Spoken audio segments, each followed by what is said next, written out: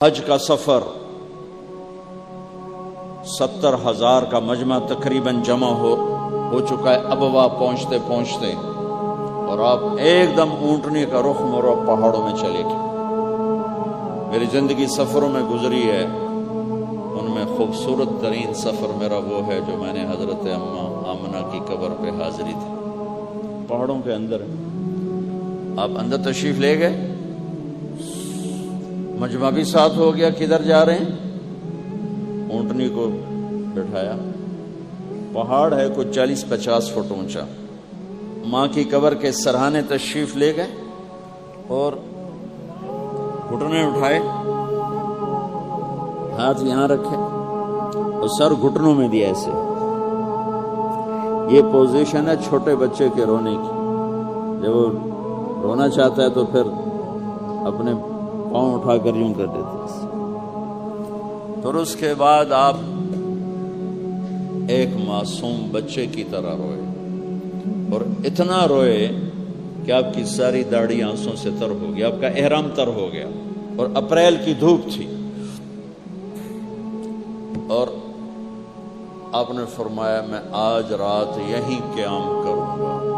میں وہاں گیا ہوں، وہاں 2 آدمی نہیں ٹھہر سکتے، میرے نبی نے کہا میں یہیں ٹھہروں گا۔ آپ نے وہ رات اپنی ماں کے سرہانے گزاری۔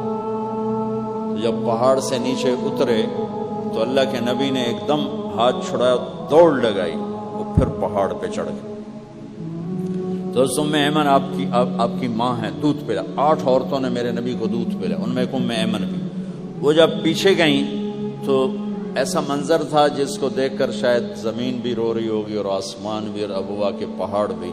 آپ ماں کی قبر پر ایسے لپٹے ہوئے تھے اس طرح، اپنے سینے کو پتھروں کے ساتھ اور یوں دونوں ہاتھوں سے پتھر لیے ہوئے تھے۔ جب آپ ام ایمن قریب آئیں تو آپ سنا تو آپ فرما رہے تھے ماں جی آپ کے سوا تو میرا کوئی نہ تھا، آپ بھی مجھے چھوڑ کے چلی گئیں، میرے لیے اب کس کی گود ہے؟ تو ام ایمن رضی اللہ عنہ نے اٹھانا چاہ کے بیٹا اٹھو، تو آپ نے انکار کر دیا۔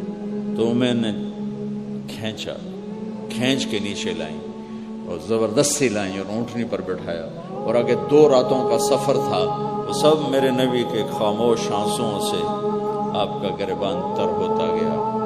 اور آگے نہ کوئی خالہ ہے، نہ کوئی اور آسرا ہے، نہ باپ ہے۔ باپ اور ماں ہی بڑا سہارا ہوتا۔ دادا نے کفالت میں لیا، 8 سال کی عمر میں ان کا بھی اللہ نے ان کو بھی اپنے پاس بلا لیا۔